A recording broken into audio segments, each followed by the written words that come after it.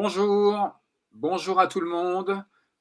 Bienvenue sur ce nouveau direct organisé par Miroir Social en partenariat avec le groupe JLO et le cabinet Impact Études qui fait partie du groupe JLO sur le sujet de l'accompagnement, des modalités d'accompagnement des salariés en arrêt de travail de longue durée, en arrêt maladie de longue durée. Alors un vrai sujet qui recouvre des problématiques très diverses et aussi un peu des incompréhensions ou des zones un peu des zones grises parce que face à cette problématique-là des arrêts longue durée, les employeurs ont été fort de certaines dérives sur des managers qui ont pu mettre des coups de pression sur des salariés qui étaient en arrêt longue durée, alors que le droit du travail cadre bien les choses sur le fait que l'interaction professionnelle est interdite dès lors que le salarié est en arrêt longue durée.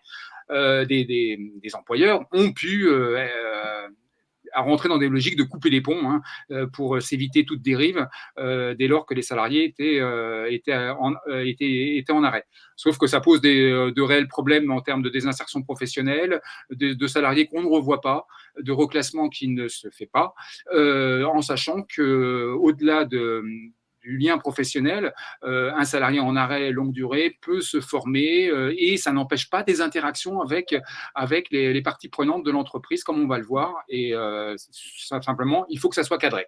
Donc, je suis Rodolphe Ederlé, je suis le responsable de Miroir Social et je vais avoir le plaisir d'animer cette matinée. Et merci donc à Sylvain Massé qui représente la CFDT Carrefour et Maria Bouscari qui représente la CFE-CGC Orange qui vont nous partager des témoignages sur la réalité des approches. Maria, ça sera vraiment intéressant de t'entendre car c'est toi qui as mis en place en tant que RH, expert de la protection sociale du temps de France Télécom au moment de la crise suicidaire, le dispositif d'accompagnement des salariés qui étaient en arrêt longue durée. C'était un vrai sujet chez Orange, vu le nombre de drames qu'il y a pu avoir sur des reprises de postes qui n'étaient pas préparées. Et donc, tu vas nous expliquer ce que tu as contribué à mettre en place, que tu as piloté et où on en est maintenant.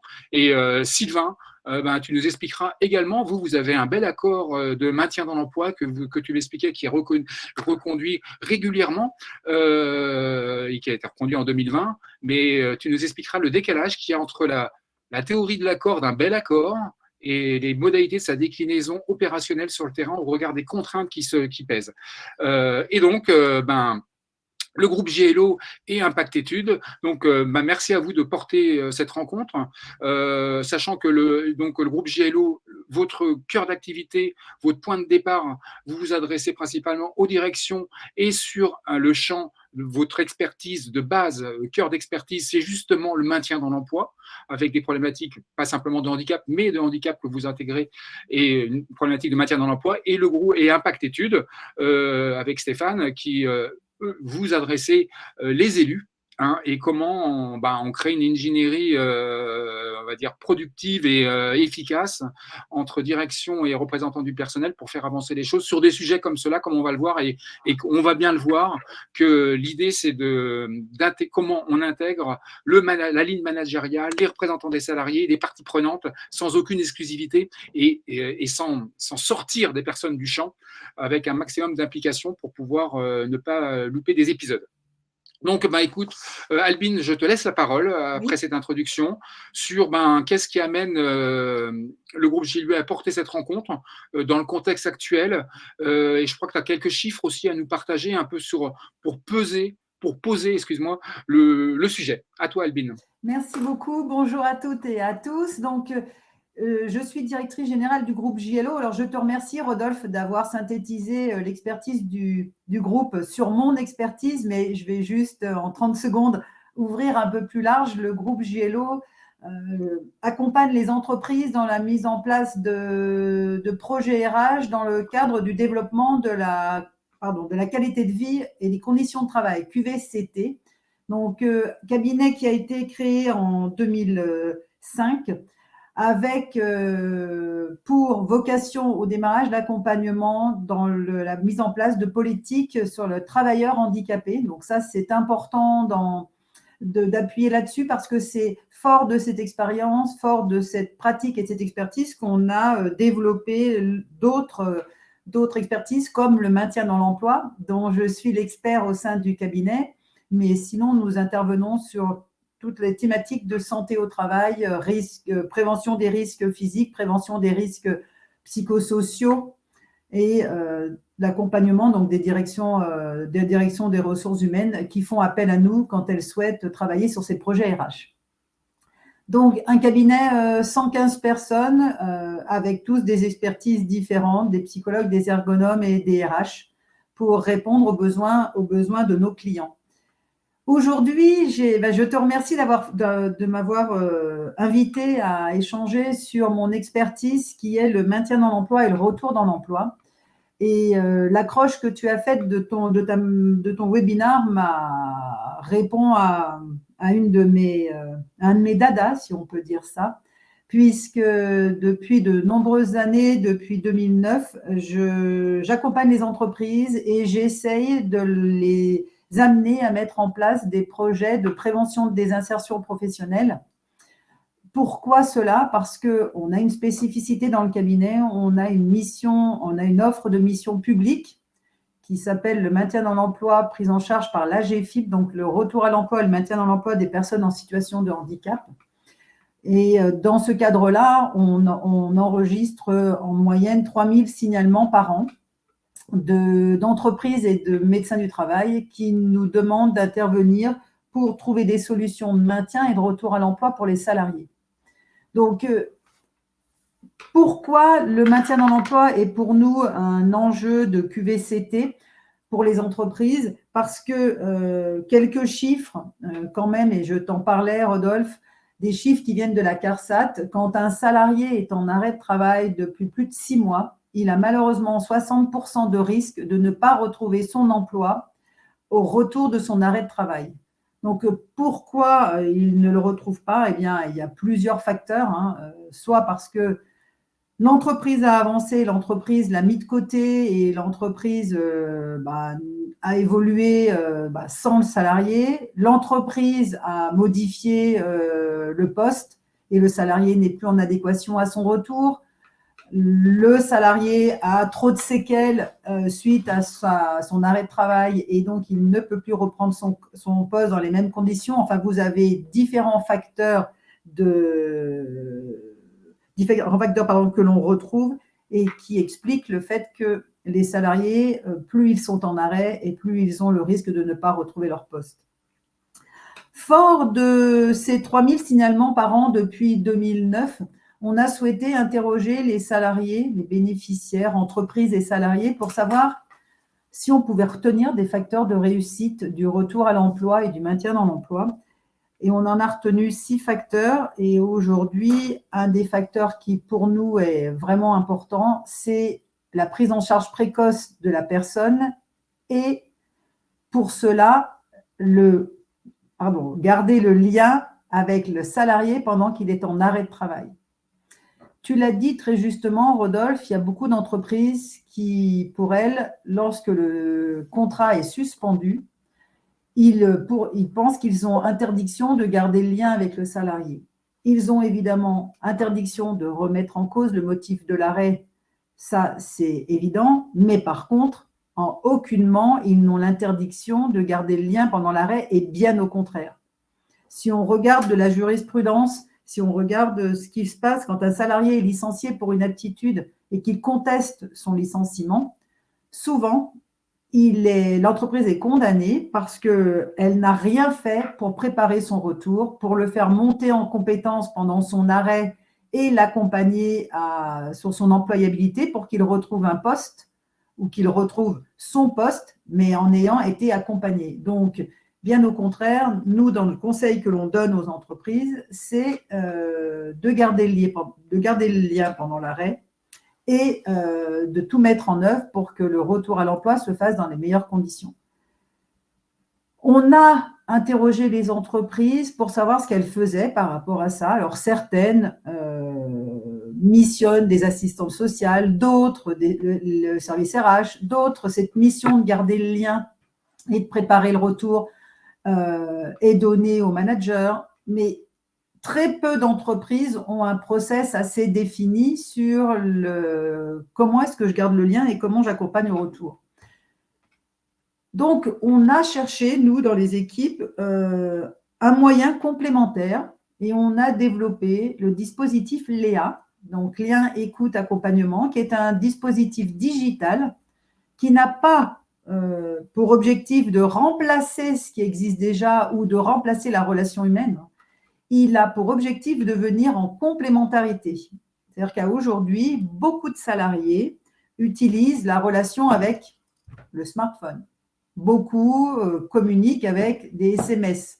Beaucoup prennent de l'information avec leur téléphone. Donc, on a décidé de développer cette web application que l'on propose depuis un peu plus d'un an et demi aux entreprises pour compléter leur process de maintenir le lien et pendant l'arrêt de travail. Cet outil que je vais juste vous montrer je vais vous montrer à quoi ça ressemble, mais c'est plus. Bon, ben voilà, ça fonctionnait quand on sait. Non. Ça ne fonctionne plus. Et non, ça tourne et ça me dit que ce n'est pas possible de partager. Donc, je suis très contente alors qu'on l'a testé au moins 5 fois.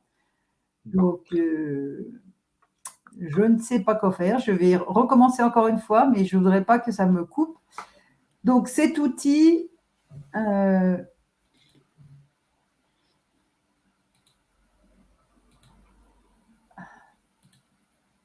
c'est pas chouette de faire comme ça.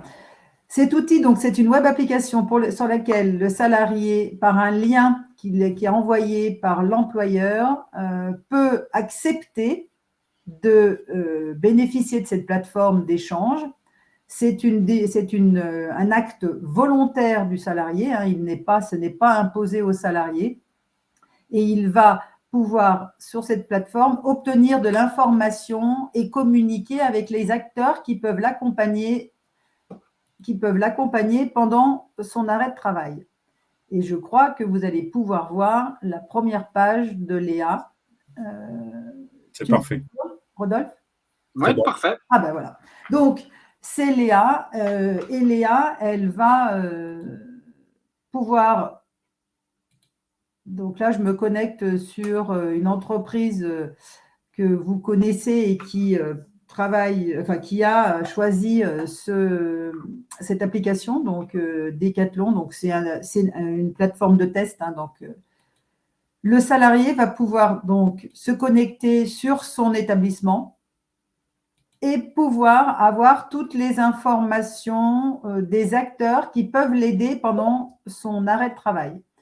On a vu hier alors je dis hier, mais on a vu il y a quelques temps avec Rodolphe, j'ai une brique qui a été développée, mais là sur la plateforme de test, vous ne la verrez pas, c'est la brique instance des représentants du personnel. Donc aujourd'hui, quelles sont les personnes qui peuvent aider le salarié pendant son arrêt et l'orienter ou l'aider à constituer des dossiers s'il a besoin, ou par exemple, quand un salarié reçoit un courrier de l'assurance maladie qui l'invite à prendre contact avec une assistante sociale, souvent les salariés sont perdus, se disent mais à quoi ça sert? Est-ce que c'est parce qu'on va me retirer mes indemnités journalières ou est-ce que à quoi ça consiste? Donc là, Léa va donner de l'information, vous voyez, sur l'assurance maladie. Et surtout, le salarié aura la possibilité de contacter Léa à tout moment dans la journée, du lundi au vendredi, pour poser des questions sur sa situation actuelle. Plutôt des questions administratives, hein, donc on reçoit des questions sur « j'aimerais faire ma reconnaissance de travailleur handicapé » ou mon médecin me dit que je vais avoir des problèmes pour revenir à mon poste. Je souhaiterais faire un bilan de compétences ou je souhaiterais suivre de la formation. Donc, il peut contacter et les équipes qui sont de hotline, donc ce sont des experts du maintien, peuvent répondre à toutes les questions de Léa. Ce qui est important dans cet outil, c'est que tous les mois, le salarié reçoit un questionnaire et il va pouvoir y répondre. C'est 7 questions et ces questions vont pouvoir aider Léa à mieux accompagner et mieux préparer le retour à l'emploi. L'équipe Léa va se rapprocher de l'équipe de l'entreprise, puisque on conseille, quand on met Léa, de mettre en place une cellule maintien qui va pouvoir, qui est constituée des acteurs en interne, donc le médecin du travail, le RH, l'assistante sociale si elle est là, le psychologue. Certaines entreprises intègrent et on conseille d'intégrer les instances représentatives du personnel, puisque là, on n'échange pas sur des informations médicales, mais on échange sur qu'est-ce qu'on peut proposer aux salariés pour préparer son retour. Et on va décider autour de cette cellule qui est-ce qui va prendre contact avec le salarié. Albine, je me permets une petite relance. Tu parlais du questionnaire que vous administrez. Oui. Qu'est-ce qui vous permet, dans quelle mesure vous arrivez à faire la distinction qui n'est pas forcément évidente de prime abord entre l'arrêt longue durée qui est vraiment lié à une maladie chronique, par exemple, vraiment, et ce qui relève davantage du désengagement, on va dire, et du dire j'en peux plus de cette boîte, je ne veux plus y mettre le pied, c'est terminé. Et ça bien sûr, ça crée une souffrance pour la personne. Hein, mais comment vous arrivez à faire cette distinction, sachant que l'accompagnement, a priori, n'est pas le même, quoi? Non, alors, au démarrage, on ne fait pas de distinction, puisqu'on ne choisit pas qui va être interrogé, on interroge tout le monde. Et lorsque la personne va avoir répondu, c'est quand la personne va avoir répondu au questionnaire qu'on va faire un tri entre ceux qui ont besoin d'une adaptation suite à une maladie chronique évolutive, une adaptation de poste ou une adaptation d'organisation, et puis ceux qui très vite, quand on les a au téléphone, puisqu'on les appelle une fois qu'on a eu le questionnaire, quand un salarié nous répond, quand on lui pose la question « Comment allez-vous ?» et que le salarié il met mal ou bof ou « Je me sens isolé », ces gens-là sont contactés systématiquement par les équipes Léa pour recueillir plus d'informations et comprendre ce qui se joue chez le salarié. Ça restera par contre confidentiel entre Léa et le salarié, et jusqu'à ce que le salarié accepte que l'on en parle à l'entreprise, on restera dans un accompagnement entre Léa et le salarié. Donc, on a, tu me posais la question, on a aujourd'hui, sur les personnes que l'on accompagne, par exemple, j'ai pris l'expérience, enfin l'exemple de chez Decathlon, un nombre 280 personnes par mois en moyenne sont en arrêt longue durée, 25% ont adhéré à la plateforme.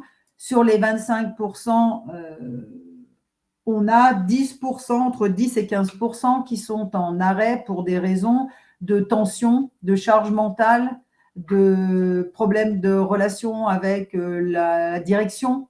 Donc, ces personnes-là sont accompagnées différemment qu'une personne qui est atteinte d'un cancer ou qui a eu un accident de la vie, type accident de travail, accident de moto ou accident de voiture. Donc, et les informations qui seront remontées à l'entreprise seront différentes parce que les actions à mettre en œuvre seront beaucoup plus longues pour une personne qui est en difficulté psychologique. Entendu. Il y a un autre point que tu soulignes, c'est que vous voyez, vu de votre fenêtre, c'est le genre de choses avec une approche globale que vous voyez, c'est la problématique et qui gêne, enfin qui crée qui interroge beaucoup les directions et les représentants des salariés, c'est les Covid longs en arrêt maladie. C'est un truc que vous voyez qui est loin d'être neutre a priori. Oui, alors depuis le mois de janvier, il y a une augmentation de l'absentéisme longue durée due au fait ce qu'on a repéré et ce que les médecins appellent le Covid long. Donc, ce sont des gens qui, pour la plupart, ont été vaccinés, mais sont dans une population de gens jeunes et qui ont des pathologies, pluripathologies, donc qui passent par de la migraine, des problèmes lombalgiques, des problèmes de malaise, et de plus en plus. Et là, depuis 3 mois, on a une augmentation de 15 à 20% de gens qu'on a détectés sur du Covid long et qui ne peuvent pas être accompagnés et diagnostiqués. Les médecins ont un peu de mal à les diagnostiquer et à leur trouver un protocole pour les accompagner. Entendu. Merci Albine. Alors, n'hésite pas à reprendre la parole quand tu veux. Je vais passer la parole à Stéphane. Bien sûr. Et avant ça, j'ai oublié, excusez-moi, vous êtes nombreux dans la salle. Et bonjour à vous. C'est un peu tard pour le dire, mais jamais trop tard, toujours est-il. N'hésitez pas donc, vous avez commencé à participer, à partager des expériences sur comment vos entreprises respectives, ce qu'elles mettent en place pour appréhender et accompagner les arrêts longue durée. Donc, n'hésitez pas à partager et dans le chat et également poser vos questions. Vous avez commencé. D'ailleurs, Albine, je me profite, comme tu es experte sur le maintien dans l'emploi, il y a une question qui était déjà posée. Ça n'a rien à voir avec Léa, mais c'est merci d'évoquer votre vision concernant le rendez-vous de liaison introduit par le décret du 16 mars 2022. Ça te parle? Oui, bien sûr. Alors, ma vision, elle est très bien parce que l'objectif est positif puisque Léa, c'était aussi ça quand on l'a développé, c'était d'orienter ce qu'on appelait la visite de pré-reprise ou maintenant la visite de liaison. Il y a quand même une seule problématique, c'est la pénurie des médecins nous, on s'interroge sur comment est-ce que l'équipe pluridisciplinaire du SPST va pouvoir gérer cet entretien de liaison. Donc, on aimerait bien qu'ils utilisent Léa, par exemple, pour lancer cet entretien. Le but est intéressant parce que ça répond à ce qu'on disait, c'est-à-dire que c'est la prise en charge précoce de la situation et le souhait de préparer au mieux le retour. Mais ensuite, comment est-ce que les services de santé vont pouvoir s'organiser ? Là, je n'ai pas trop de visibilité encore sur le sujet, mais les médecins que l'on rencontre au quotidien sont assez inquiets sur l'organisation. Autre question, Albine, et puis ça sera la transition avec Stéphane. Tomislav, dans la partie questions, qui pose la question, et je pense que, alors à moins que je me trompe, mais est-ce que les représentants du personnel, les élus, peuvent demander à la DRH la liste des salariés concernés ? Sur qui vont entrer dans alors je me trompe peut-être. Les salariés, par exemple, tu parlais de Decathlon, oui, où il y a 25% des 250 salariés qui sont en arrêt longue durée chaque mois qui ont accepté volontairement de rentrer sur la plateforme. Est-ce que ces salariés en arrêt longue durée, les élus ont la liste? Voilà. Alors, je ne sais pas si.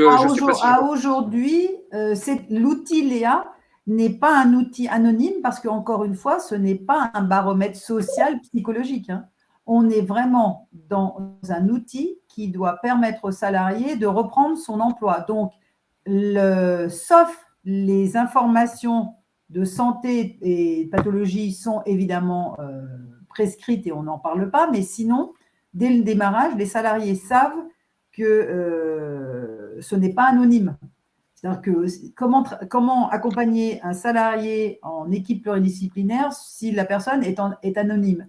Après que l'entreprise, je sais que par exemple Decathlon, on fait du reporting tous les mois sur le nombre de personnes qui se sont inscrits, le nombre de personnes qui sont en alerte, je ne sais pas, mais je ne sais pas si dans ces reportings-là, la liste des personnes avec les noms et prénoms sont données. Donc là, pour l'entreprise pour laquelle vous m'interrogez, je ne sais pas. Après, évidemment, si les instances représentatives font partie de l'équipe pluridisciplinaire qui accompagne et qui recherche les solutions de reclassement, évidemment que la liste des noms et des prénoms seront donnés. Sinon, on ne peut pas agir. On ne peut pas agir si on ne connaît pas qui est concerné par cette solution, par ces arrêts. Entendu. Merci Albine. Alors Stéphane, alors justement, on va parler justement avec toi Stéphane, c'est vraiment l'opportunité d'avoir l'éclairage représentants des salariés. Pour toi, un projet comme Léa qui va se mettre en place dans l'entreprise, ça recouvre clairement une notion de projet important qui doit faire l'objet d'une information consultation en CSE. C'est comme ça qu'il faut commencer, les choses doivent commencer pour toi. Oui, alors bonjour à toutes et tous. Effectivement, je pense que, c'est en tout cas, ça doit faire l'objet d'une information consultation, c'est évident. Pourquoi ? Ça touche aux questions de conditions de travail au sens large, ça touche à la santé, aux questions de santé. Donc, pour moi, ça rentre spécifiquement dans les compétences du CSE. Ça concerne potentiellement l'ensemble des salariés. Donc, rien qu'avec ces deux éléments-là, on peut considérer qu'effectivement, la mise en place d'un dispositif qui permet aux salariés et à l'employeur de rester en contact dans des cas de suspension du contrat de travail nécessite d'une information détaillée sur le dispositif et d'une consultation avec un avis. Ça me paraît indispensable. Alors, légalement, mais aussi sur le plan pratique. J'allais dire que si on veut que ça fonctionne, il faut qu'il y ait de la confiance. Un outil comme ça, techniquement, il est validé et il est fait en sorte qu'il y a notamment Albin mentionnait le fait qu'il y a des échanges qui sont étanches vis-à-vis de l'employeur ou des acteurs internes parce qu'effectivement, ce sont des questions que les salariés peuvent poser et qui ne remontent pas. Mais potentiellement, effectivement, il y a quand même une façon de s'engager dans un dialogue à distance ou après plus rapproché avec l'employeur. Et je pense que si on veut que ça fonctionne et que les gens aient confiance dans le dispositif, il faut que ça ait été débattu, présenté aux élus et qu'on ait bien répondu à l'ensemble des questions que tout le monde peut se poser légitimement sur la confiance qu'on a, la confidentialité de certains éléments, etc., etc. Donc, si on ne passe pas par cette case-là, on va mettre en place un outil qui ne fonctionnera pas, pour moi. Donc, si ça sert juste à 3 personnes, ça n'a aucun intérêt. Voilà, donc je pense que si on veut que ça fonctionne, il y a cette phase d'information-consultation, à la fois sur le plan juridique, mais surtout sur le plan d'un outil partagé et qui est au service de tout le monde, de l'employeur, bien sûr, mais des salariés, des élus et de tous les acteurs internes qui sont potentiellement impliqués dans le processus de maintien et de retour à l'emploi. Voilà, donc ça, c'est une première chose. Je pense que c'est important de rappeler qu'effectivement, si on ne passe pas par cette phase-là,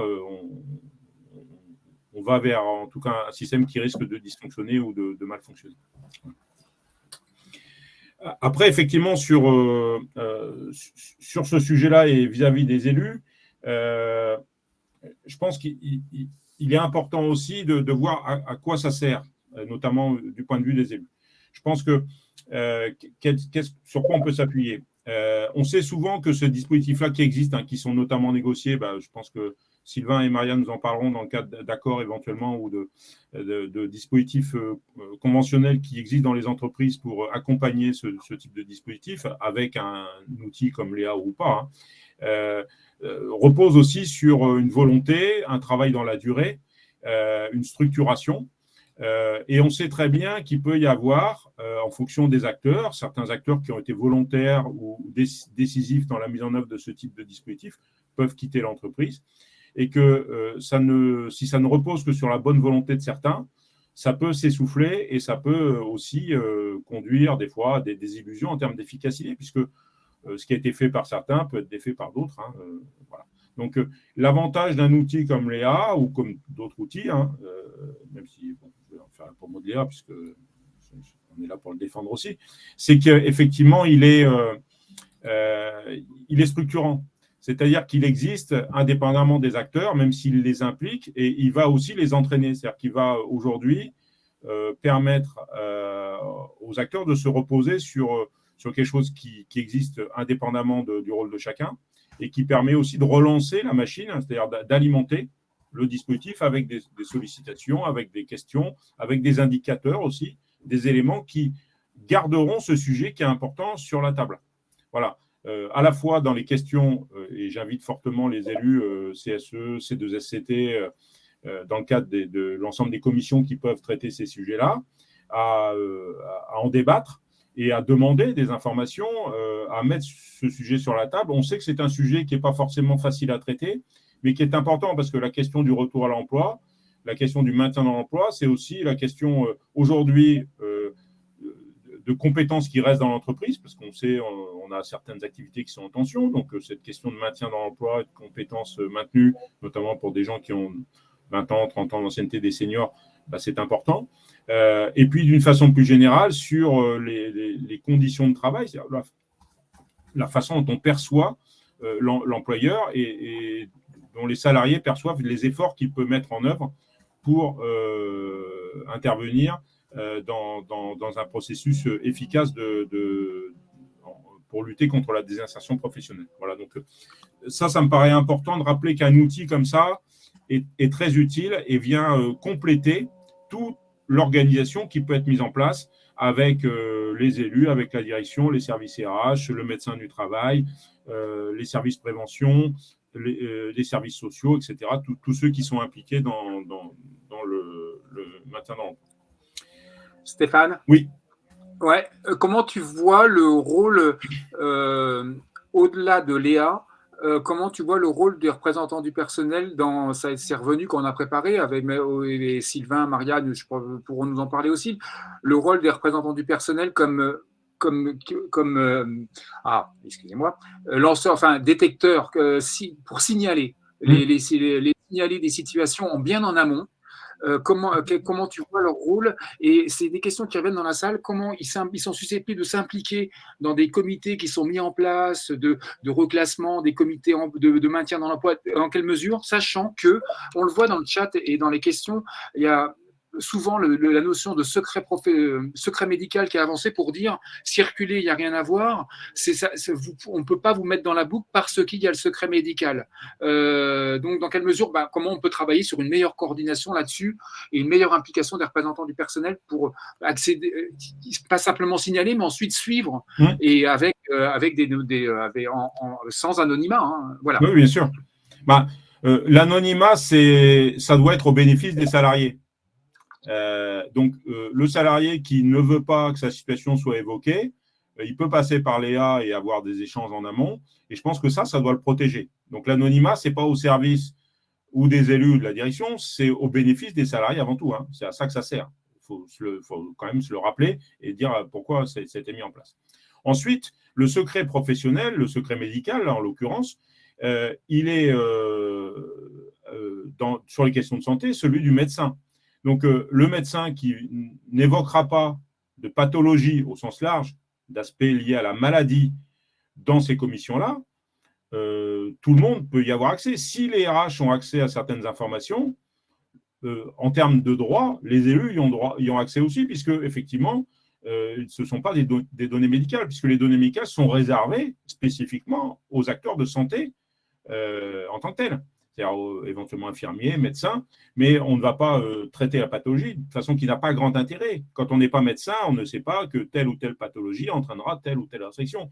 Par définition, c'est la technicité du médecin qui peut faire le lien, et notamment du médecin du travail, entre les deux, entre la maladie elle-même et son impact sur le travail, sur la capacité à tenir un poste.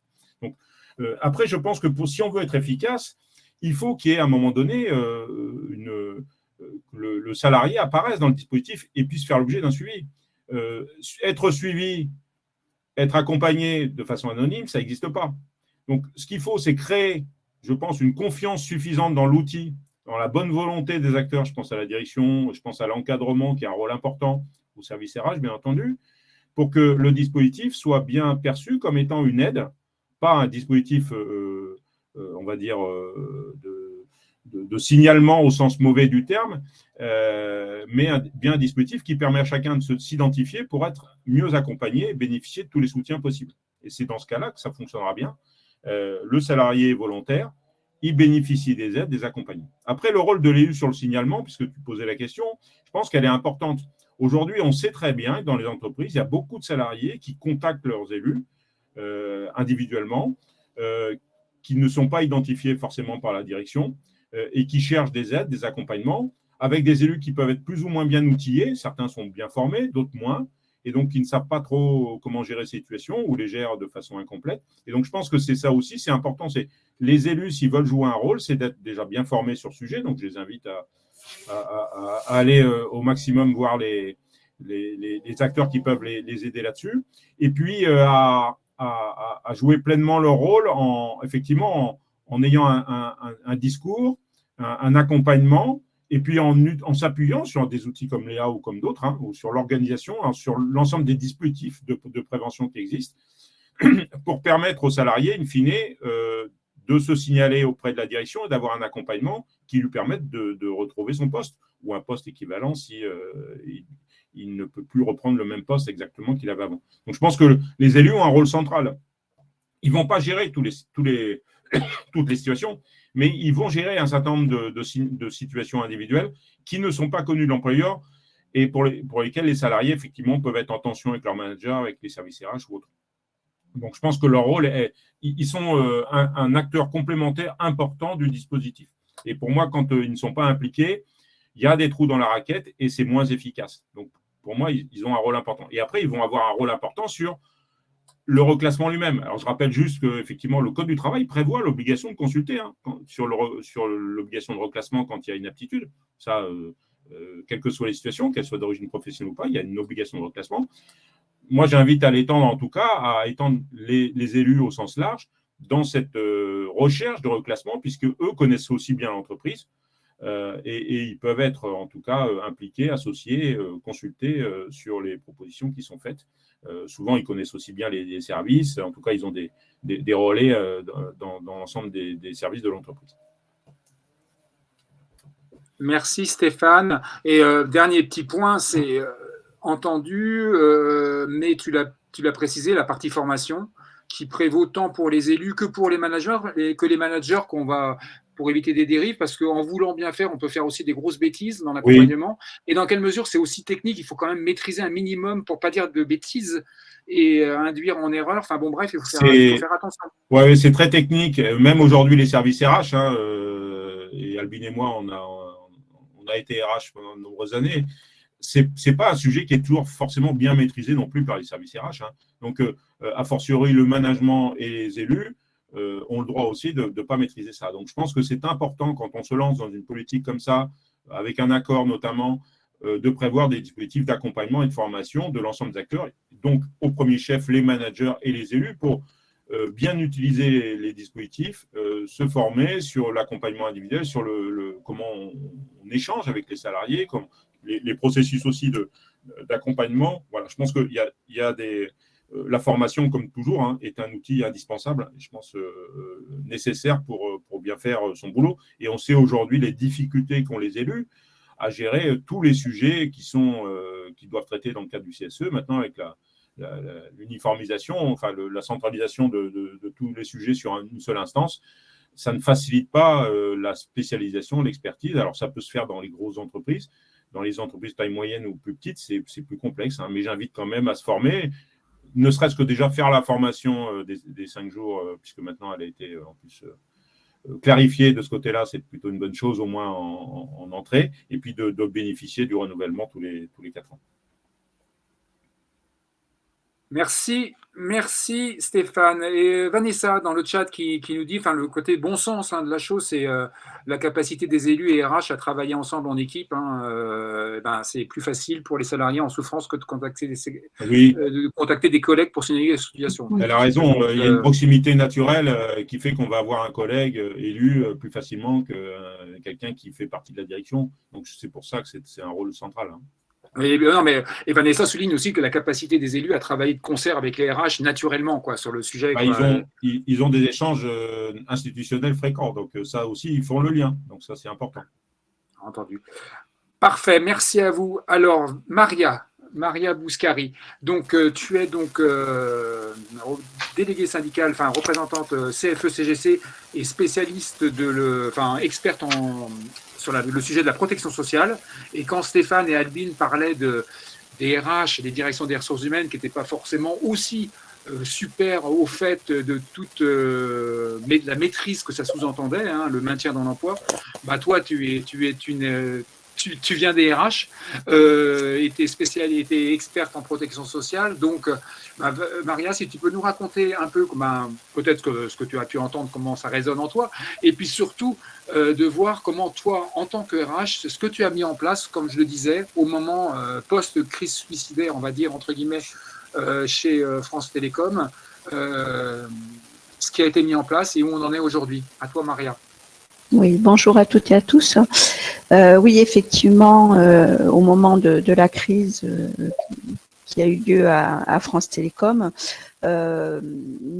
j'étais donc à la DRH Group sur un pôle qui s'occupait de tout ce qui était médical, donc toutes les absences pour raison de santé.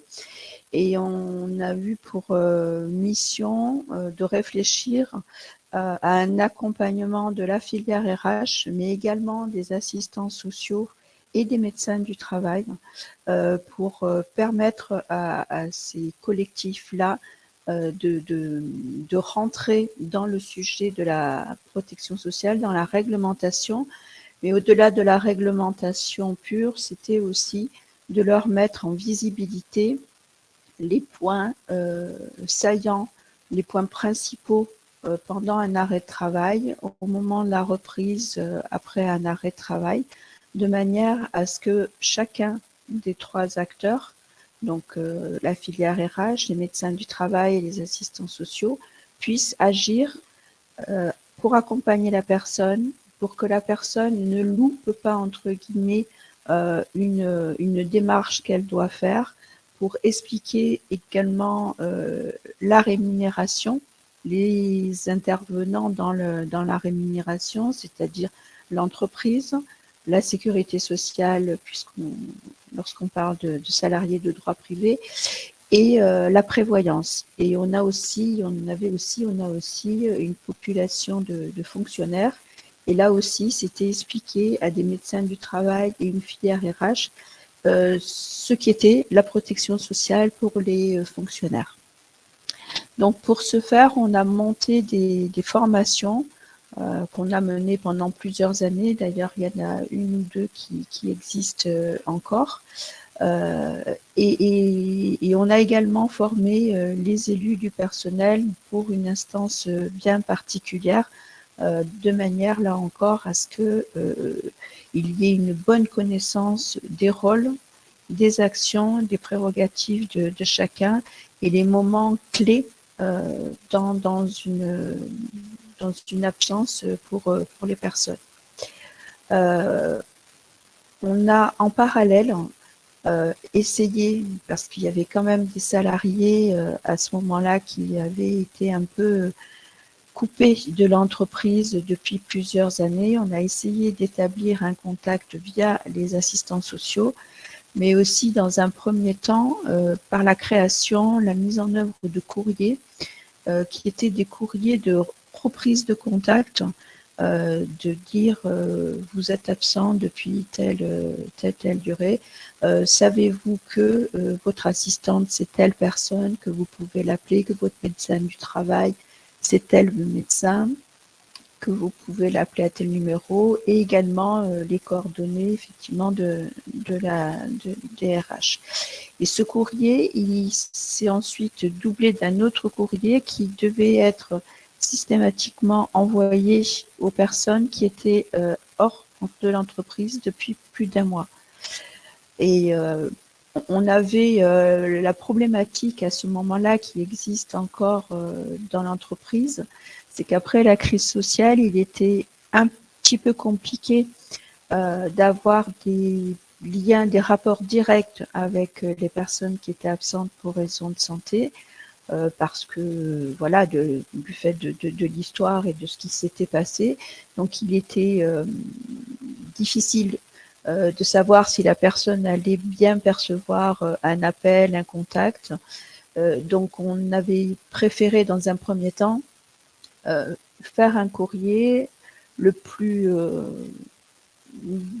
individualisé possible, le plus précis possible par rapport à la situation de la personne. Alors, dans un premier temps, en lui reprécisant ses droits par rapport à l'absence maladie, par rapport à la prévoyance, par rapport à la sécurité sociale et puis au comité médical, enfin, etc. Et toujours lui dire à quel moment il pouvait prendre contact, à quel moment il ne devait pas oublier de faire telle ou telle action, en particulier vers le régime de prévoyance, puisque c'était là qu'on avait on avait souvent des décrochages, entre guillemets, entre pour la paye de la personne, hein, dès lors qu'elle n'était plus rémunérée par l'entreprise du fait de notre convention collective. Maria, si tu peux nous parler, tu as parlé, les comités médico-sociaux qui ont été mis en place, ça ressemble à quoi et ça ressemble à quoi? Tout à fait. Il y a effectivement eu de la mise en place, la généralisation en tout cas de ce qu'on a appelé les comités médico-sociaux, qui était on va dire une instance qui regroupait l'ADRH d'une direction, des directions, les assistants sociaux concernés, les médecins du travail concernés. Et ce groupe avait pour mission, il y a toujours pour mission, de suivre les situations des personnes éloignées du service, alors essentiellement pour raison de santé, et de se coordonner sur d'éventuelles actions à mettre en œuvre et surtout de partager avec le médecin du travail pour préparer un éventuel retour ou avec l'assistante sociale pour une aide qu'ils pourraient apporter à la personne parce que c'était effectivement eux qui étaient le plus en contact avec les personnes éloignées du service. Dans cette instance-là, ce qu'on peut appeler une instance, il n'y avait pas de représentants du personnel. Les représentants du personnel l'ont fortement demandé et ce qui leur a été objecté, c'est ce que disait Stéphane en fait, enfin ce que vous disiez tous les deux, c'est que on était sur du médical et que donc ces informations-là ne pouvaient pas être partagées. Je rejoins Stéphane qui disait qu'on n'est pas sur du médical, on est sur une situation de personnes éloignées du service pour raison de santé et sa pathologie n'a pas à être connue, ne doit pas être reconnue. Et c'est le rôle de ces acteurs-là, c'est pas effectivement de rentrer dans le médical, il y a le médecin du travail pour ça, et le médecin du travail est soumis, il doit rester soumis au secret médical. Donc ces instances, elles continuent à fonctionner malgré les demandes qui ont pu être faites. Il n'y a toujours pas de participation d'ANIRP dans ces instances-là. On voit que parfois le secret médical, ça peut relever du prétexte pour pas aller plus loin. Ça relève du prétexte parfois, quoi. Oui, complètement, mais alors je parle pour notre entreprise, effectivement, ça peut relever du prétexte, mais ça résulte aussi de ce que l'entreprise a connu hein, dans les années de la crise, et donc une défiance qui s'était installée et qui a perduré au-delà de cette période-là, alors que les choses étaient, on va dire, voilà, les choses s'étaient arrangées, il y avait un climat vraiment très très différent, une approche très différente aussi de la direction, dans son souci de garder le lien avec la personne, d'accompagner les personnes et de rester sur de la relation humaine et sortir un petit peu de toute la partie uniquement administrative. Maria, alors maintenant, on en est où? Entre-temps, donc tu t'es syndiqué, tu t'es engagé dans le syndicalisme, donc ton regard a un peu changé et tu vois des deux fenêtres, c'est intéressant. On en est où sur ce qui a été mis en place post-crise? Stéphane posait le sujet et Albine sur le côté l'importance de pérenniser des démarches. On en est où? Est-ce que ça s'est amélioré, ça s'est dégradé, Alors, déjà avant que je rentre, effectivement, que je m'engage syndicalement, j'avais effectivement fait le constat, on va dire depuis 2017 à peu près, 2017-2018, que ce qui avait été une priorité à un moment donné ne l'était plus, qu'on avait automatisé énormément de choses qui étaient faites jusque-là par un humain, un gestionnaire ou un RH, etc. Et que, en fait, ça s'était emballé parce qu'il n'y avait plus l'humain pour gérer les situations, mais des applications, de l'applicatif avec des courriers qui partent automatiquement. Et donc, ce qui avait pu être mis en œuvre, c'est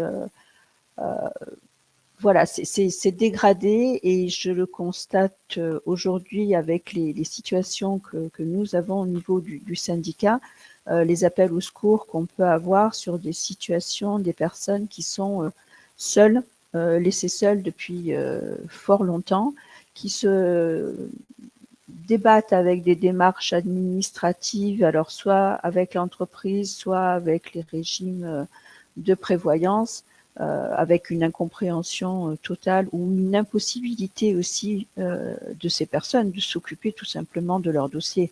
Certaines personnes hospitalisées, seules, etc., n'ont aucun lien, et quand elles refont un petit peu surface, découvrent des situations financières qui sont catastrophiques pour elles.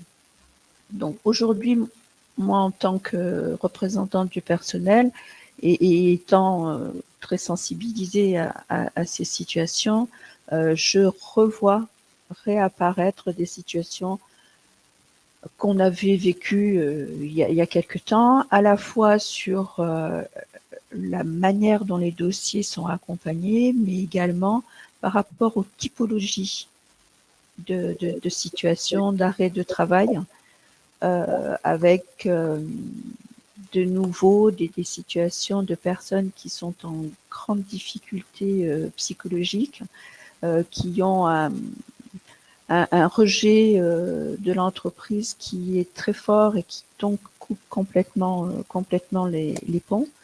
Donc voilà, ça crée des situations que nous essayons d'accompagner, mais on se heurte aussi de la part de l'entreprise dans certaines situations à raisonner uniquement par un réglementaire et un applicatif, et qui ne savent pas ou qui ne veulent pas sortir de ces deux aspects, de ces deux manières de traiter une situation individuelle. Merci beaucoup, Maria. Tu auras l'occasion de rebondir. Peut-être que Stéphane, Albine, oui. Ça vous... Oui, je voudrais juste rebondir. Alors, c'est un petit détail, mais il y a beaucoup d'entreprises qui ont décidé il y a quelques années de mettre en place l'envoi d'un courrier postal pour se mettre à disposition. C'est souvent le service social qui le fait. Aujourd'hui, on voit dans les statistiques que ça ne fonctionne pas. C'est plus une réponse, c'est plus un outil de communication très réactif pour les salariés. Ça nous étonne à chaque fois, hein, mais quand on envoie des courriers, et la CARSAT le faisait, et la CARSAT a quand même un poids un peu important parce que c'est elle qui paye les indemnités journalières, mais la CARSAT, quand elle envoie des courriers, quand les assistantes sociales envoient des courriers pour se mettre à disposition pour accompagner le salarié, moins de 13% des personnes répondent à ce courrier. Donc, c'était aussi un des constats que l'on avait fait et qui nous a poussé à mettre en place un outil de communication digitale en se disant peut-être que les salariés répondront plus facilement à un SMS avec un lien que n'ouvriront un courrier. Mais c'est un questionnement. Enfin, aujourd'hui, on n'arrive pas encore à comprendre ce qui se joue de ça. Pourquoi les courriers ne sont pas ouverts, ou alors s'ils sont ouverts, ils sont lus en travers, ils sont posés. Enfin, c'est une grosse problématique, et j'ai vu passer des sujets sur la RGPD. Donc aujourd'hui, on n'a pas trop d'autres moyens d'entrer en communication avec les salariés s'ils ne nous ont pas donné l'accord à l'entreprise de communiquer avec leur adresse mail ou leur numéro de téléphone perso. À part le courrier, c'est la seule donnée vraiment que l'entreprise peut avoir. Donc, c'est aussi pour ça qu'on se disait un dispositif comme Léa, où si les gens, quand ils ne sont pas encore en arrêt, peuvent y adhérer, et au moment où on aura besoin de communiquer avec eux, on pourra le faire parce qu'on aura leurs coordonnées. Mais c'est vrai que cette histoire de courrier, est un peu compliqué, quoi. Ouais, c'est compliqué, oui. Et nous, on l'a remarqué justement au niveau du syndicat pendant le confinement, puisqu'on avait monté un petit groupe qui appelait nos adhérents pour simplement prendre des nouvelles. Et on a vu que c'était vraiment une attente très très forte de la part des collègues. Alors certes, ils n'étaient pas forcément d'ailleurs tous en arrêt maladie, mais c'était l'effet confinement. Mais ceux qui étaient justement en arrêt maladie du fait ou pas du Covid, ça pouvait être pour d'autres choses, ont énormément apprécié l'initiative qu'on avait prise. En se demandant effectivement comment on allait être accueillis, mais ça a été vraiment un plaisir à la fois pour nous, militants, et pour les personnes qu'on a contactées. C'est une vraie attente, effectivement, d'avoir ce contact oral. Ouais. Parole à Sylvain Massé, tu as été patient, donc tu vas pouvoir nous faire partager un peu la situation chez Carrefour. Alors, Carrefour, les magasins, les entrepôts, la logistique, il y a des problématiques qui émergent de forte exposition, de pénibilité des postes, avec des problématiques de TMS importantes. Ça ressemble à quoi le sujet dont on parle, les arrêts longue durée chez Carrefour? Comment, en tant qu'organisation syndicale, on appréhende le sujet globalement, comment on donne du sens aux chiffres et lesquels?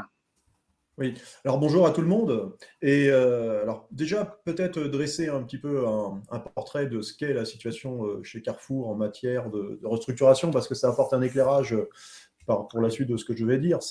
On vit dans une entreprise depuis 2018 qui est dans une très très forte restructuration, c'est-à-dire des PSE, des PDV, des ruptures conventionnelles collectives et aussi des externalisations à hauteur de, on va dire, 20-30 000 salariés sur une période de 4 ans, ce qui veut dire qu'on est dans une période de forte tension aussi en interne sociale, ce qui peut donner un éclairage sur la question que tu posais, c'est-à-dire comment on appréhende les arrêts de longue durée dans une société qui est dans cette configuration-là. Alors, c'est difficile. Alors, pourquoi c'est difficile? Parce que déjà, on a du mal à consolider, à obtenir des données. C'est-à-dire qu'on a un périmètre de société, parce que Carrefour, c'est pas qu'une seule société, c'est une quinzaine de sociétés différentes. Donc, on a du mal à consolider les données. On a du mal à les obtenir parce que ce sont aussi peut-être des données qui sont jugées comme étant sensibles. Et puis aussi, on va dire que l'entreprise appréhende plutôt la problématique des arrêts de travail sous le prisme de l'absentéisme plutôt que de la gestion des arrêts longs. Alors, ça, c'est une vraie difficulté. Alors, il faut savoir que chez nous, les troubles musculo-squelettiques, notamment, représentent 45% des arrêts de travail et des maladies professionnelles. Donc, c'est un volume extrêmement fort. Et une fois qu'on a dit ça, on a une situation où plutôt la direction cherche à faire revenir les salariés qui sont dans des arrêts de courte durée plutôt que d'aller chercher les salariés qui sont dans des arrêts de longue durée. On a une zone, on va dire, un peu invisible sur ces salariés. Quand on regarde d'ailleurs les bilans sociaux ou les comptes rendus des comités, les CSE, on s'aperçoit qu'on a parfois des salariés qui sont absents depuis 3, 4, 5, peut-être même des fois 10 ans, sans qu'on sache où ils sont, ce qu'ils font, ce qu'ils deviennent, quel est leur... des salariés vraiment qu'on oublie. Donc ça, c'est une vraie difficulté.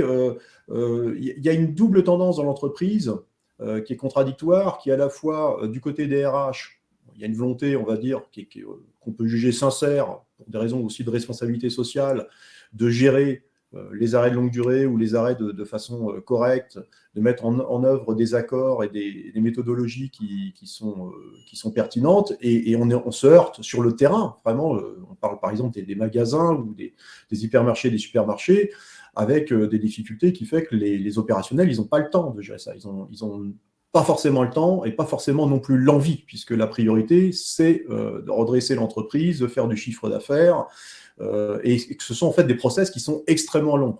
Donc, on assiste à quoi? On assiste à des politiques de gestion de l'absentéisme qui consiste plutôt à envoyer des courriers pour dire, mais enfin, je schématise, hein, je caricature, mais en gros, vous devez reprendre.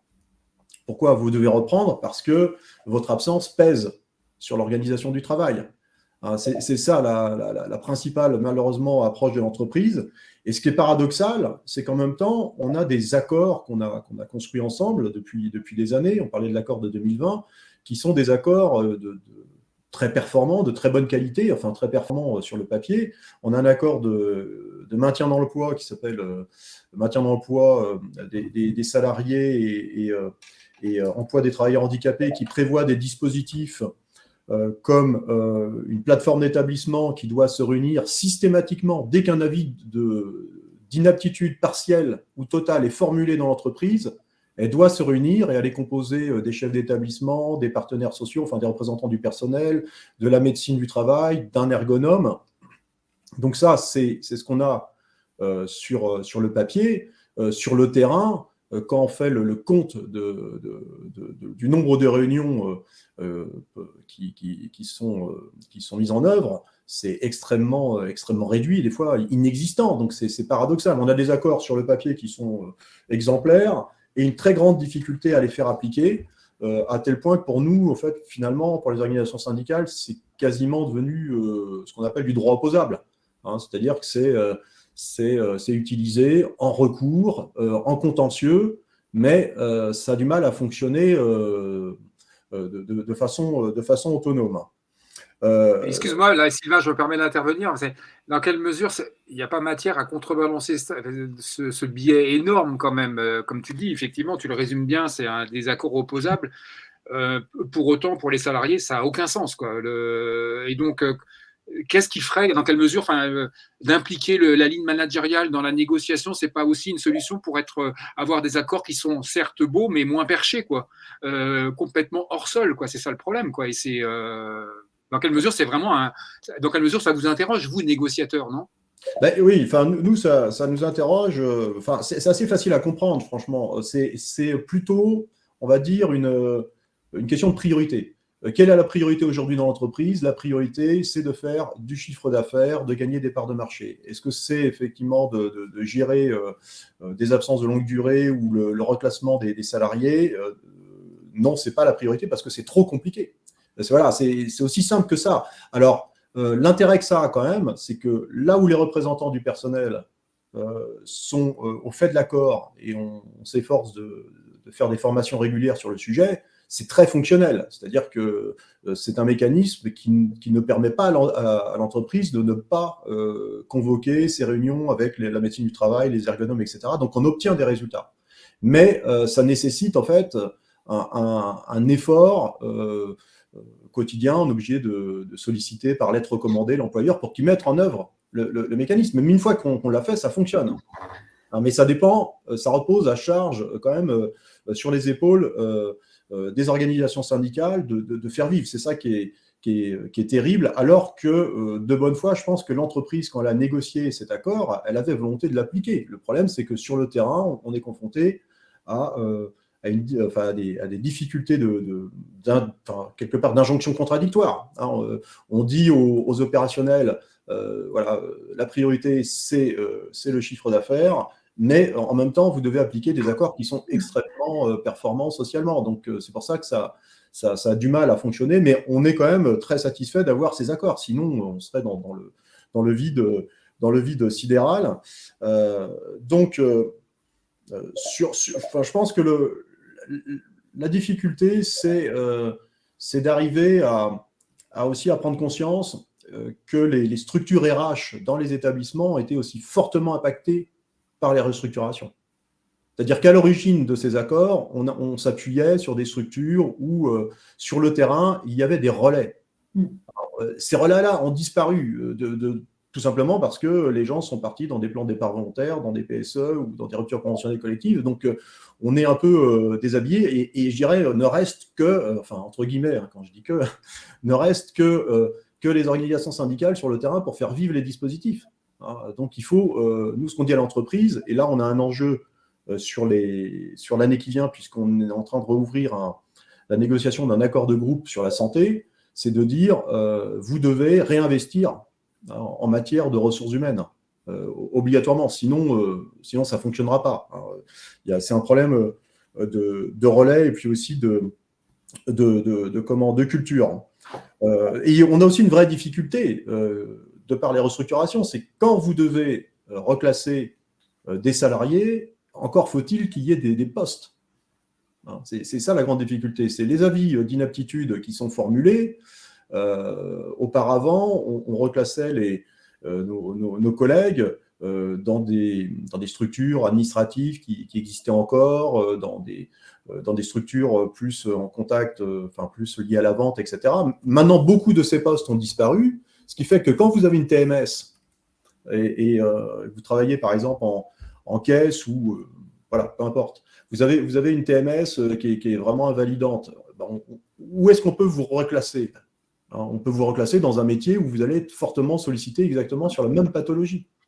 Donc, c'est extrêmement compliqué et c'est pour ça que généralement, l'entreprise, par facilité, se dirige vers des situations où soit elle laisse les salariés en arrêt de très longue durée, ce qui est vraiment, et à la limite, ça lui convient très bien comme ça, ou alors elle s'oriente vers des négociations ou des licenciements pour inaptitude.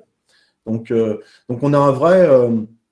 on est dans un vrai cul-de-sac, on va dire, sur ces questions-là. C'est heureusement, effectivement, qu'on a du droit opposable, qu'on a les accords qui fonctionnent. On arrive à limiter les dégâts.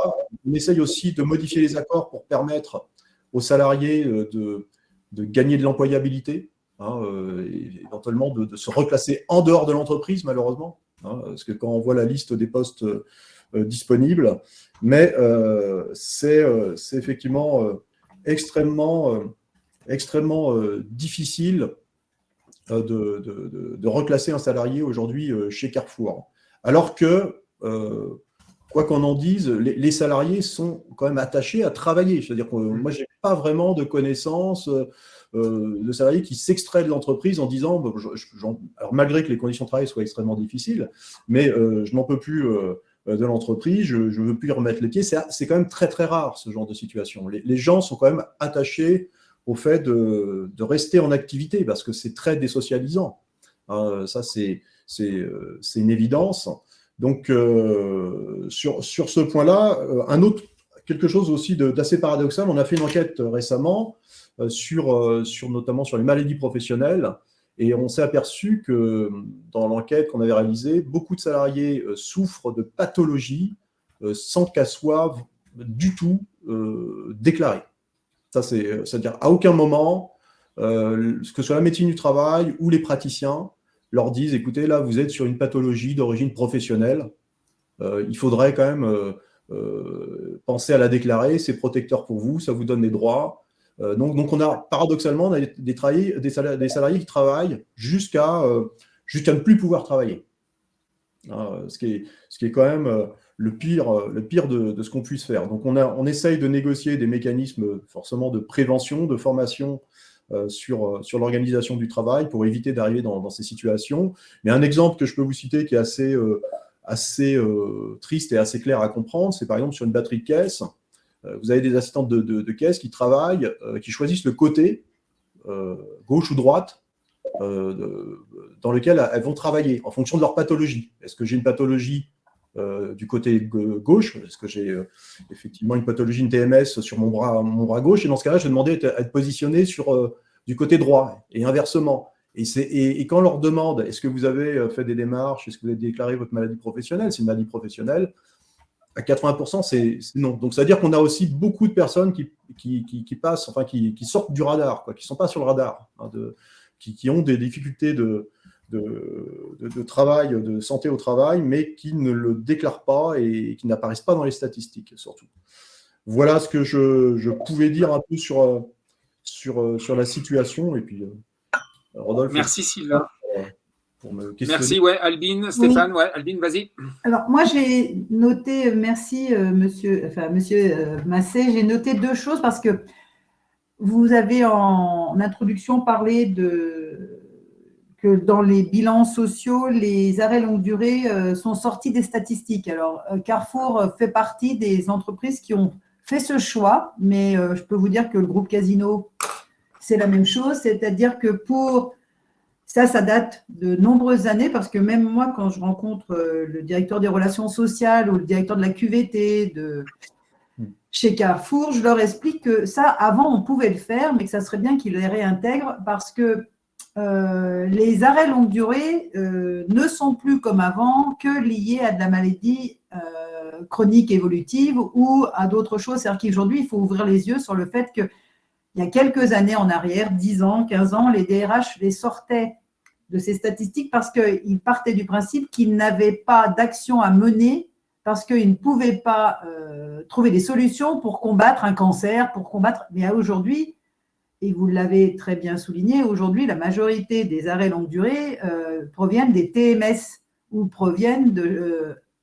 et ça, et je l'ai mis dans les chats, nous, on a dans notre cabinet, on pousse ces entreprises à plutôt investir sur la prévention des TMS, la prévention, c'est-à-dire qu'est-ce qu'on fait en avant de dépenser de l'argent sur la partie curative qui est souvent trop tard. Et il y a plein de choses que l'on peut faire sur la prévention des TMS, mais qui mériteraient d'être abordées. Et j'entends qu'il y a un accord de groupe sur la santé. Je pense que vous, dans votre rôle, appuyez vraiment sur la prévention des risques. Il faut y mettre le paquet pour accompagner vos collègues à ce qu'ils travaillent dans des conditions différentes. Et il y a des choses que l'on fait auprès de clients et qui améliorent énormément et qui diminuent l'absentéisme, parce que vous avez raison. L'entreprise, elle regarde les coûts, donc elle regarde l'absentéisme. Qu'est-ce que ça coûte l'absentéisme avant de regarder la longue maladie? Mais la longue maladie, si on intègre les longues maladies dans ce calcul, ça pourrait aussi aider l'entreprise à mettre des actions et à accompagner les gens qui sont en arrêt longue durée. Je pense que l'indicateur en complément, quand il n'y a pas d'indicateur, il n'y a pas de mesure et d'action. Hein. Donc effectivement, je pense que c'est important de bien trouver les indicateurs qui vont prendre en compte aussi ces situations longues qui ne sont plus uniquement, Amine parlait de troubles musculo-squelettiques ou autres, on a aussi tout ce qui est lié aux troubles psychosociaux et ça, on sait que les situations, elles sont aussi fortement, l'entreprise peut être impliquée dans l'apparition de ces troubles, en tout cas dans leur continuation et je pense qu'elle a un rôle à agir. Et les dispositions récentes législatives, on se plaint souvent que ça ne va pas forcément dans le bon sens, et notamment au début du mandat de notre actuel président, pour essayer d'optimiser ce qui se fait, notamment sur les renforcements de l'obligation de prévention, document unique, etc. Je ne vais pas tout refaire, mais je pense qu'il y a des axes, des potentialités d'action en lien avec ces nouvelles obligations de prévention, notamment sur ces sujets-là. Je pense qu'il faut que les élus puissent s'en emparer, bien se former, là encore, pour connaître ce qui peut être fait et être accompagné. J'insiste aussi sur l'accompagnement, ce n'est pas parce que j'accompagne moi les élus, mais je pense que les élus seuls, ils font tout ce qu'ils peuvent. Hein. Aujourd'hui, être élu, ce n'est pas un boulot facile. Et je pense qu'ils ont besoin d'être accompagnés, renforcés, outillés aussi sur ces sujets-là. Et, oui, je reviens juste sur un point, je pense qu'une des solutions vraiment, alors, en tout cas pour les grandes entreprises, les multinationales, c'est la notion de relais. Je pense qu'on peut, de toute façon, on peut faire ce qu'on veut, on peut construire les accords, les meilleurs accords du monde, on peut avoir les dispositifs législatifs ou réglementaires les plus efficaces. Si sur le terrain, on n'a pas de relais formés, côté direction, j'entends aussi, hein, ça ne peut pas marcher. Je pense qu'il y a quelque chose, il y a une réflexion aussi à avoir sur les entreprises qui se transforment. Comment on arrive à se transformer tout en préservant aussi la santé, et tout en n'impactant pas trop non plus les ressources humaines de l'entreprise. Ça, c'est une vraie réflexion. On voit bien que nous, c'est vraiment la difficulté de faire fonctionner les dispositifs actuellement, quoi. Mais je vous remercie, parce que moi qui suis une ancienne DRH et RH, je vous remercie quand j'entends ça, parce que il y a beaucoup d'entreprises, de grands groupes qui ont fait une rase il y a quelques temps sur les années qui viennent d'arriver sur les postes de RH et en pensant qu'on remettrait qu'un RH au niveau national et puis après les managers se débrouilleraient. Je vous remercie d'appuyer là-dessus parce que c'est vrai que c'est pas possible, quoi. Entendu. Il y a une question, alors il nous reste un petit quart d'heure. Il y a une question qui a été posée sur, et Maria, peut-être que ça peut t'inspirer, sur le rôle des organisations des organismes de prévoyance, des institutions de prévoyance, de la prévoyance, hein, des coûts. Parce que tu me disais qu'on préparait l'entretien, et tu en as très vite parlé tout à l'heure, qu'il y avait un point de rupture, à ton sens, quand c'est l'employeur qui arrêtait, quand c'est l'organisme de prévoyance qui prenait le relais. Là, il y avait des points ça pouvait vite partir en vrille. Et donc, bon, là, c'était sur le plan financier. La personne qui posait la question dans le chat, c'était aussi le rôle des organismes de prévoyance en termes de prévention et de l'accompagnement. Eux, comment ils se positionnent dans la boucle. Donc, Maria, là, tu peux peut-être nous éclairer? Oui, tout à fait. Alors, effectivement, nous, on a un système qui a été mis en place à Orange, donc qui est que lorsqu'une personne n'a plus de droit, en fait, par rapport à la CCNT en termes d'indemnisation, l'entreprise fait une avance des IJ prévoyance. Donc, ce qui en soi est quelque chose de confortable, sauf que, comme je l'expliquais lors de la préparation, notre système de paye est fait de telle manière que la paye, en gros, est arrêtée au 10 ou 11 ou 12 du mois. Donc, de ce fait, il y a un décalage entre ce qui est perçu par le salarié, ce qui est versé par l'entreprise, et arrivé à un moment, il y a un tel décalage que l'entreprise fait des avances fictives pour que la personne ne se retrouve pas avec une paye à zéro. Alors c'est un petit peu technique, hein, mais après va récupérer cet argent auprès de la personne et donc génère une dette. Et tout ça, ça peut durer très longtemps et très vite. On arrive à des sommes qui sont importantes et pour lesquelles le salarié n'a aucune explication et n'a pas la compréhension de ce qui se passe. Donc c'est un facteur de stress très très important. Donc nous, là, on a traité des situations avec des dettes qui pouvaient aller jusqu'à 30 000 € pour quelqu'un qui est malade pendant un an. Gérer cette situation, c'est quasi impossible.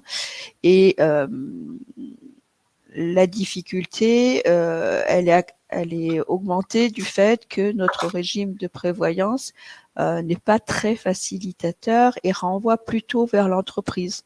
Entreprise qui elle-même n'est plus en lien avec la personne puisque la personne est éloignée du service depuis un certain temps et qu'en plus elle n'est plus indemnisée par l'employeur.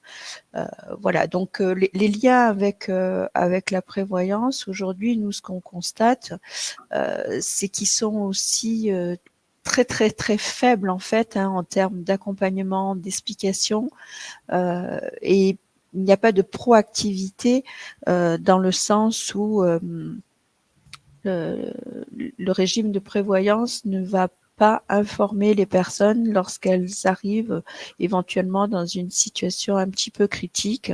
On est uniquement sur des courriers. Vous n'avez pas envoyé telle pièce, vous n'avez pas envoyé tel justificatif, et il n'y a pas au-delà d'accompagnement plus on va dire plus individualisé, plus humain, etc. Et comme côté entreprise, on en parlait déjà tout à l'heure, hein, il y a quand même en dehors des assistants sociaux, une absence totale de connaissance de la filière RH. Et comme le disait Albine, aujourd'hui, la filière RH, elle est loin. on a des RH de proximité qui sont à Paris et qui s'occupent de personnes qui sont à Marseille. En termes de proximité, c'est un petit peu compliqué. Donc la personne n'a plus d'interlocuteur. Elle est livrée à elle-même. Et aujourd'hui, c'est nous, alors CFE, mais les autres collègues des autres OS aussi, qui essayons d'aider les personnes et de les comprendre. Mais ça prend tout de suite des proportions très importantes où on doit faire des escalades.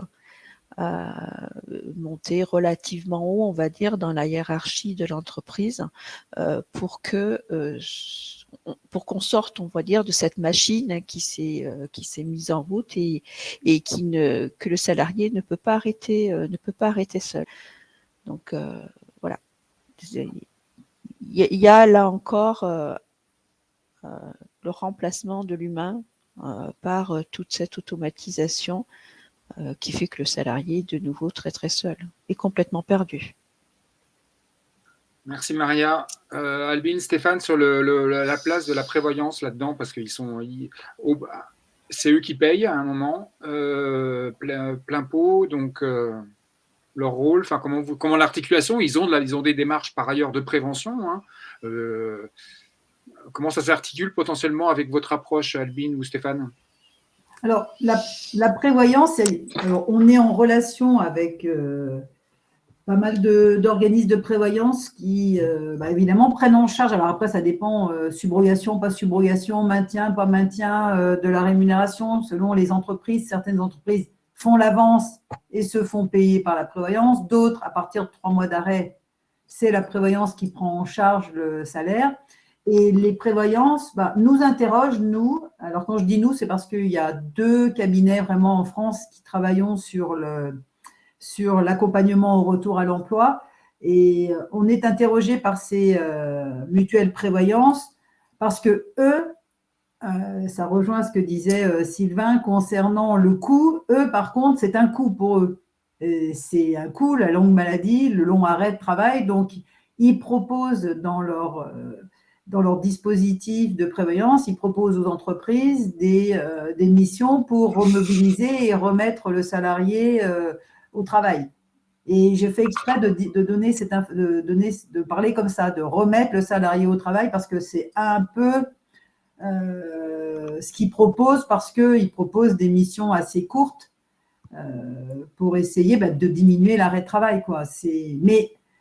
Mais en même temps, c'est leur objectif, hein, c'est de trouver des solutions pour que l'arrêt diminue et qu'il y ait moins de coûts pour eux. Ils n'ont pas le lien avec le manager ou l'entreprise, là, hein. Ils ont vraiment le lien qu'avec le salarié et ils font de l'accompagnement, plutôt accompagnement psychologique ou de la remobilisation. Mais ils ne travaillent pas avec l'entreprise pour trouver des solutions de retour. Sur le strict plan financier de l'indemnisation, vous confirmez qu'il y a la bascule au moment où, enfin, la bascule n'est pas évidente. Enfin, il y a des problèmes le problème de dette dont parlait Maria, il est confirmé par une personne sur le chat. Là, après, ça dépend vraiment du SIRH, c'est-à-dire qu'il ne devrait pas y avoir ce genre de difficultés à notre époque où on est quand même très numérisation digitale au top au top des SIRH. La passation, alors c'est de la mauvaise anticipation aussi des équipes, mais encore une fois, c'est peut-être une problématique de charge des équipes qui gèrent ça. Mais le passage à la prévoyance, ça ne devrait pas poser de questions. Mais quand je dis ça, il n'y a pas une semaine où on n'a pas un nombre important de salariés qui reçoivent à la fin du mois 50 €, 10 €, 15 € parce que ça ne s'est pas déclenché et qui sont sans rien, quoi. Je pense on est encore sur la question des priorités, quoi. C'est ça. Ouais. Oui, je pense qu'il y a, en complément aussi, les organismes de prévoyance, je rappelle, c'est aussi un sujet sur lequel, normalement, au moins une fois par an, il y a un débat au sein du CSE. Donc, c'est intéressant de faire le lien aussi, dans le cadre des échanges qu'il y a sur ce sujet-là, pour présenter les résultats.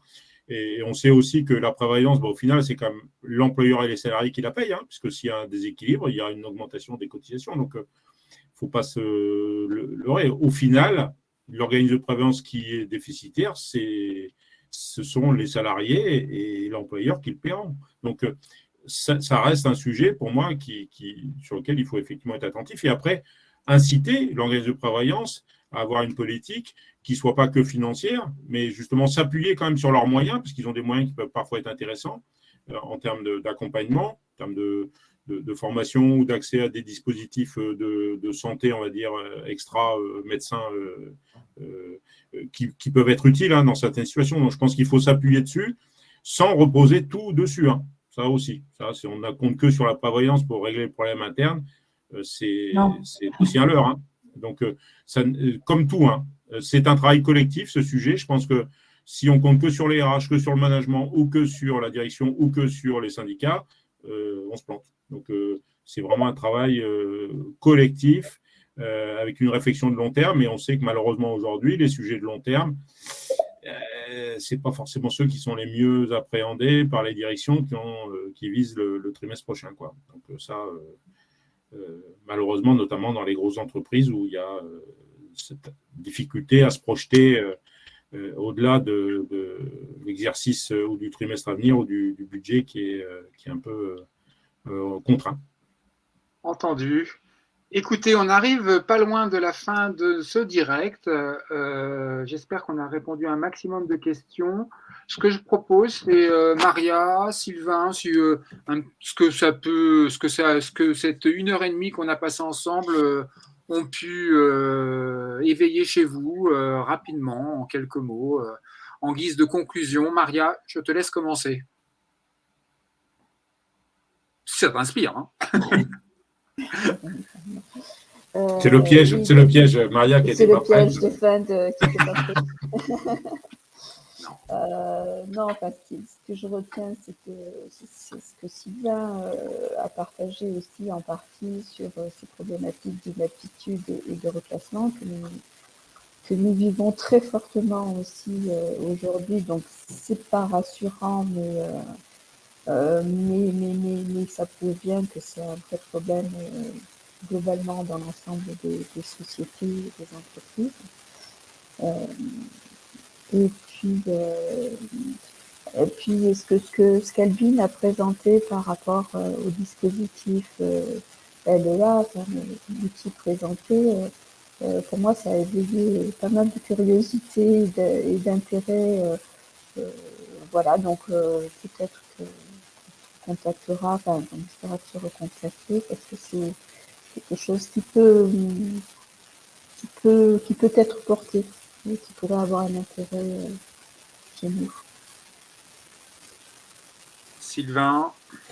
Oui, moi simplement, c'est pour dire que ça nous interpelle au quotidien. Il y a quand même une grande souffrance qui existe chez les salariés qui sont dans des situations comme ça de désocialisation. Et moi, je suis vraiment, je ne sais pas comment l'exprimer, mais des fois choqué et en colère de voir qu'on peut laisser un salarié comme ça 5, 6, 7 ans en dehors du système complètement parce que c'est plus confortable de faire comme ça, parce qu'effectivement, c'est très compliqué comme problématique. Ça demande du temps et ça demande de l'énergie. Et puis, pour conclure, il faut vraiment que les employeurs, de façon générale, se posent la question de savoir si la prévention, c'est toujours le même débat, si c'est un coût ou si c'est une économie. C'est toujours pareil.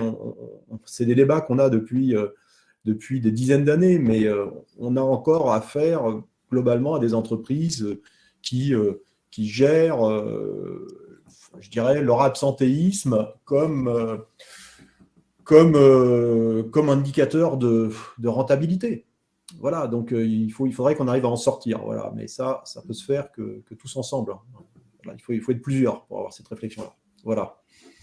Merci Sylvain. Alors, je vous laisse le mot de conclusion, Stéphane et Albine, sachant qu'il y a une question, mais je crois que tu as répondu déjà, Stéphane. C'est Frédéric qui pose la question sur le côté collectif, le côté la problématique d'organisation du travail qu'il faut revoir. C'était pas les mêmes approches entre l'accompagnement individuel dont on parle là et comment ça peut servir de base pour améliorer l'organisation du travail collectif et faire de la prévention. Enfin, cette articulation-là. Je ne sais pas si Frédéric, c'est bien ça ce que vous voulez dire, mais Oui. Enfin, je pense que je vais prendre 2 secondes là-dessus, ce sera ma conclusion. Je pense que le lien entre le sujet qu'on a traité aujourd'hui et l'organisation du travail au sens large, il est clair. C'est-à-dire qu'en travaillant sur l'organisation du travail au quotidien, sur les conditions de travail, on va travailler aussi à faciliter la reprise d'activité. Sylvain et Maria signalaient aussi les difficultés parfois de reprise d'activité quand il n'y a rien qui est fait ou que les emplois sont tellement polyvalents ou on demande énormément de choses aux gens. Dès qu'on ne peut pas faire une partie, il n'y a aucune réflexion effectivement sur la capacité de l'organisation à s'adapter, qui fait que les individus ne s'adaptent pas. Mais je pense que c'est avant tout lié à l'organisation elle-même. Donc, il ne faut pas renverser et c'est pour ça que je citais le principe de prévention numéro 4 de l'article 41.1-2, c'est que c'est à l'entreprise d'adapter le travail à l'homme et pas l'inverse. Voilà, donc ce sera ma conclusion. Albine. Alors moi, ma conclusion est beaucoup plus opérationnelle parce que c'est mon métier et je pense que ça me confirme que le choix que j'ai fait de mon expertise a tout son lieu d'exister et que je passe mon temps à proposer aux directions RH de les aider sur ce sujet-là parce que c'est très chronophage, ça demande une expertise ensemble des acteurs du maintien et c'est un métier à part entière, le maintien dans l'emploi et le retour dans l'emploi. Donc, quand on est sur des situations de gens qui sont reconnus en situation de handicap, il existe les Cap Emploi dont nous sommes partenaires et on réalise des maintiens pour eux. Mais évidemment, toutes les personnes qui rencontrent des difficultés ne sont pas toutes en situation de handicap. Donc, pour les autres, c'est un peu plus compliqué parce qu'il faut mettre la main au porte-monnaie pour l'entreprise. Donc, c'est toujours ça le souci. Mais aujourd'hui, je suis convaincue et je continuerai à aller voir les directions des ressources humaines pour leur dire et pour appuyer le fait qu'il faut nous faire intervenir parce qu'ils ont besoin d'experts et on leur fait gagner du temps et les salariés d'avoir un tiers qui intervient et qui met autour de la table tous les acteurs, parce que c'est ça notre rôle. Notre rôle, c'est vraiment de mettre les acteurs autour de la table et d'essayer de faire accélérer les actions pour que des salariés… Alors, on a des entreprises que l'on rencontre où il y a des salariés qui sont depuis 3, 4, 5 ans en arrêt de travail, mais ils sont en arrêt de travail parce qu'ils sont en invalidité seconde catégorie, parce qu'ils ne pourraient plus être en arrêt de travail, puisqu'au bout de 3 ans, le médecin conseil, il dit stop. Il dit stop à la prise en charge de rémunération. Donc, au-delà de 3 ans, ce sont des gens qui sont reconnus par le médecin conseil en invalidité. Deuxième catégorie, donc ils peuvent encore travailler à mi-temps, mais par contre, sans accompagnement à la reprise, c'est pas possible pour eux. Donc, ce sont des gens qui vont perdurer dans les effectifs, qui vont être là et que personne… ils sont oubliés, parce que souvent les managers bougent et personne ne les connaît. Et au moment de l'âge de la retraite, ces salariés, ils réapparaissent, mais ce qui est dommage, quoi. Entendu. Écoutez, merci Albine, merci Stéphane. Merci à vous, c'était d'avoir porté cette matinée. Merci à Maria et à Sylvain d'avoir témoigné, partagé leur retour d'expérience. Merci à vous dans la salle d'avoir contribué activement. J'espère qu'on a répondu à un maximum de questions. Compte rendu, le replay, vous l'avez automatiquement, de toute façon, dès lors que je vais fermer. Et vous aurez le compte rendu d'ici une petite semaine, voire un peu plus. Mais en tout cas, vous l'aurez. De toute façon, il sera réducteur par rapport au replay.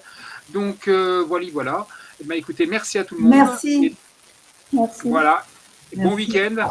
Merci, bonne journée. À bientôt. Au revoir, Au revoir. merci. À bientôt. Au revoir. Au revoir. Je ferme.